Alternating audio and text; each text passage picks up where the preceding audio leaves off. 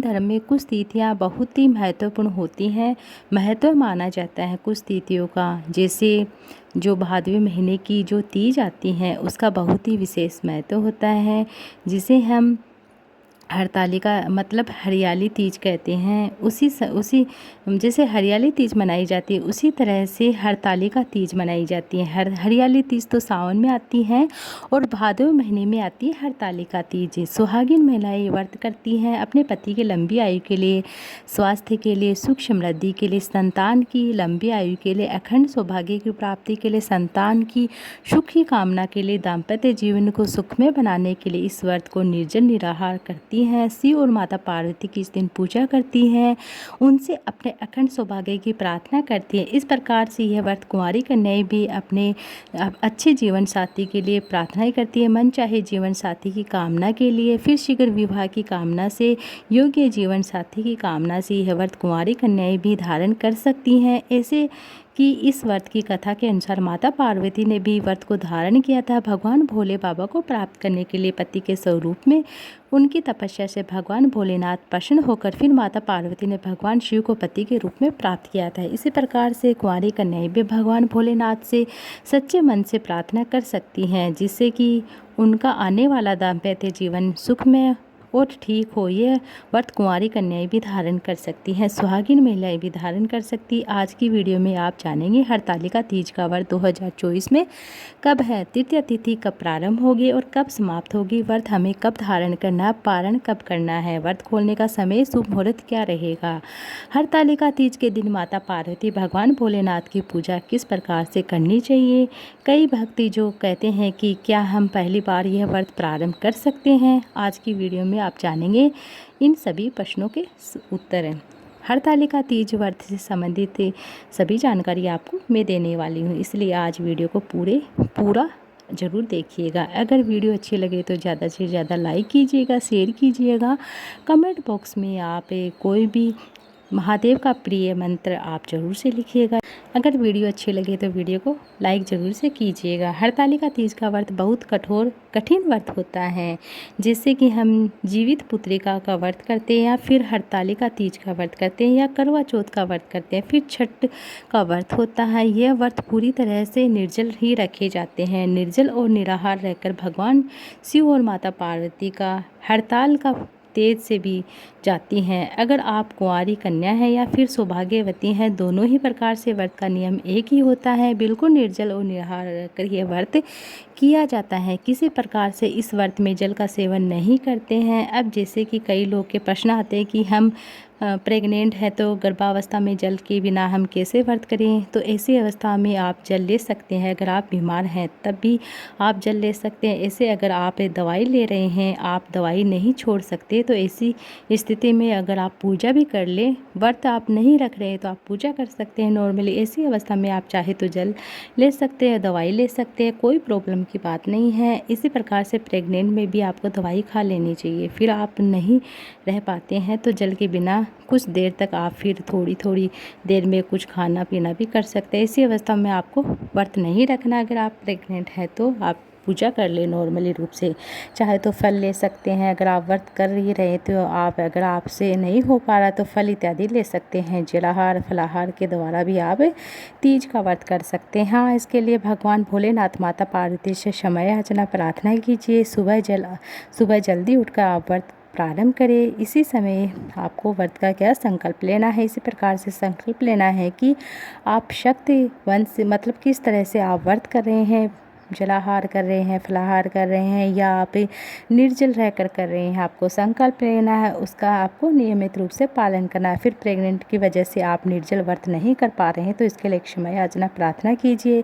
इसके बाद से आप जलाहार के द्वारा व्रत कर सकते हैं। इस प्रकार संकल्प लेके ठीक है, संकल्प जब हम लेते हैं तभी ठीक तरह से संकल्प लेना चाहिए। इस प्रकार से हम व्रत करते हैं, व्रत का संकल्प उसी प्रकार से होना चाहिए, तभी तो हड़ताल का तेज मतलब जो व्रत होता है काफ़ी होता है, मतलब लाभकारी होता है। जब तक मैं आपको संकल्प लेने की सही विधि नहीं तरीके से शेयर करूंगी, वीडियो में आप लोग देख लीजिए। कई लोग मेरे प्रश्न आते हैं कि क्या हम पहली बार व्रत कर रहे हैं तो कर सकते हैं। हाँ, बिल्कुल कर सकते हो। अगर आप पहली बार व्रत कर रहे हैं मतलब शुरू करना चाहते हैं तो बिल्कुल इस बार आप प्रारंभ कर सकते हो, कोई दिक्कत की बात नहीं। कई भक्तों के प्रश्न है कि समय हमारे पीरियड आता है तो हम कैसे व्रत करें। अगर आप पहले से व्रत कर रहे हैं, मतलब हर साल आप व्रत करते आए हैं, तो तीज का, हरतालिका तीज का व्रत ऐसी अवस्था में भी आप, मतलब पीरियड में भी आप व्रत करेंगे। सिर्फ आप पूजा नहीं कर पाएंगे, मानसिक रूप से पूजा कर सकते हैं, मंत्र जप कर सकते हैं, कथा सुन सकते हैं, मोबाइल से आप कथा सुन सकते हैं। जो महिलाएं पूजा कर रही हैं वहाँ पर आपकी जो भी पूजन सामग्री आप उन्हें उनके द्वारा आप अर्पित करवा दीजिए। भगवान शिव और माता पार्वती को आपको छूना नहीं है। और जब हम पूजा देखते हैं तो मानसिक रूप से हमारा ध्यान पूरी तरह से पूजा में होना चाहिए। इसकी वजह से पूजा हमारे संपूर्ण फल, मतलब पूजा का संपूर्ण फल हमें मिलता है। इस प्रकार से आप पूजा कर सकते हैं, मोबाइल पर मंत्र इत्यादि सुन सकते हैं, व्रत धारण कर सकते हैं। ठीक है, तो अगर मतलब हम व्रत करते हैं तो व्रत छोड़ना नहीं है। अगर बहुत ज़रूरी ना हो तो किसी प्रकार से हरतालिका तीज का व्रत छोड़ा नहीं जाता है।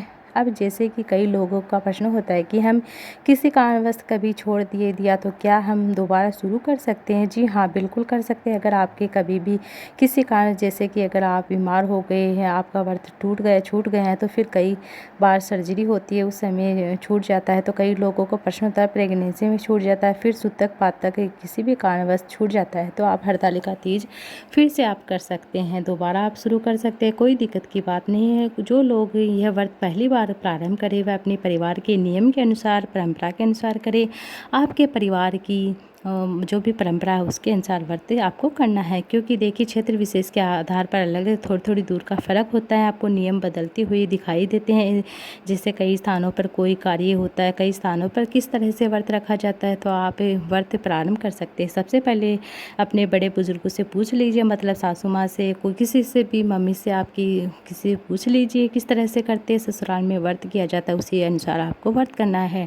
हरतालिका तीज का व्रत उसी प्रकार से आपको करना चाहिए। आप कहीं भी रहते हो, मतलब अगर आप घर से दूर भी रहते हो, तो ससुराल से बहुत दूर भी रहते हो, तब भी आपको नियम पालन वही करना चाहिए जो आपकी ससुराल में होता है। आपको इस बात का आपको विशेष तौर पर ध्यान रखना है। जब भी आप कोई नया व्रत प्रारंभ करते हो, सबसे पहले अपने परिवार में सास ससुर से पूछकर फिर वैसा हो उसी के अनुसार करना चाहिए। जिस प्रकार से बताते हैं उसी प्रकार से सभी नियम पालन हमें करना चाहिए। ठीक है, इस बात का आपको विशेष तौर पर ध्यान रखना है। अब देखिए, अगर आप पहली बार व्रत रखते हैं तो संकल्प लेना है यदि आवश्यक है। मतलब देखिए, हमारे यहाँ ऐसा होता है कि जब हम पहली बार व्रत शुरू करते हैं शादी के बाद, तो पंडित जी आते हैं, पुरोहित आते हैं, या फिर संकल्प करवाते हैं, विधि विधान से पूजा करवाते हैं। तो इस प्रकार से पहली बार जो व्रत होता है पंडित जी के द्वारा संकल्प करवाने के लिए करवाया जाता है। हर बार नहीं करवाया जाता है पंडित जी से संकल्प, लेकिन पहली बार करवाया जाता है। अब नियम हर जगह नहीं होता है, कई स्थानों पर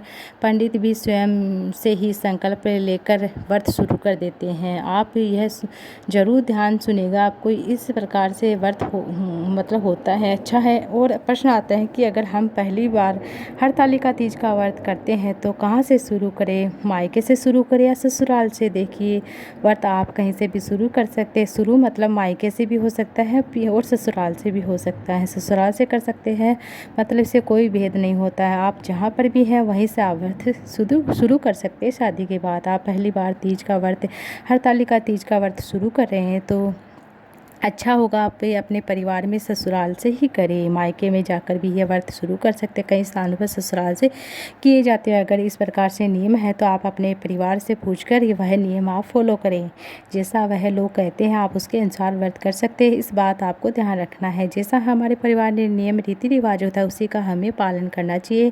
उन पारंपरिक त्योहारों में ही करना चाहिए, चाहे हम मतलब जीवित पुत्रिका का व्रत होता है या फिर हरतालिका तीज का व्रत होता है। जैसा हमारे परिवार में परंपरा होती है हम उसी के अनुसार नियम का पालन करते हैं। अब जान लेते हैं हरतालिका तीज साल 2024 में कब है, तिथि कब प्रारंभ हो रही है, कब समाप्त हो रही है। देखिए, हिंदू पंचांग के अनुसार भाद्रपद मास के शुक्ल पक्ष की तृतीय तिथि को यह प्रारंभ होती है 5 सितंबर दोपहर 12:02 पर, और तिथि समाप्त होगी 6 सितंबर को दोपहर 3:01 पर। सूर्योदय कालीन तिथि के अनुसार हरतालिका तीज का पर्व मनाया जाएगा। 6 सितंबर 2024 के दिन होगा, शुक्रवार को हरतालिका तीज का व्रत रखा जाएगा। 6 सितंबर 2024 शुक्रवार के दिन, एक दिन पहले नहाया खाया का होता है। 5 सितंबर 2024 गुरुवार के दिन नहाया खाया का दिन होगा। इसके लिए आप बाल धोंगे और शुद्ध और सात्विक भोजन करेंगे। 6 सितंबर को व्रत धारण करके 7 सितंबर को अपने व्रत का पालन करेंगे। बात करें पूजा के शुभ मुहूर्त की। हरतालिका का तीज 6 सितंबर 2024 को शुभ मुहूर्त में आपको प्राप्त करना है।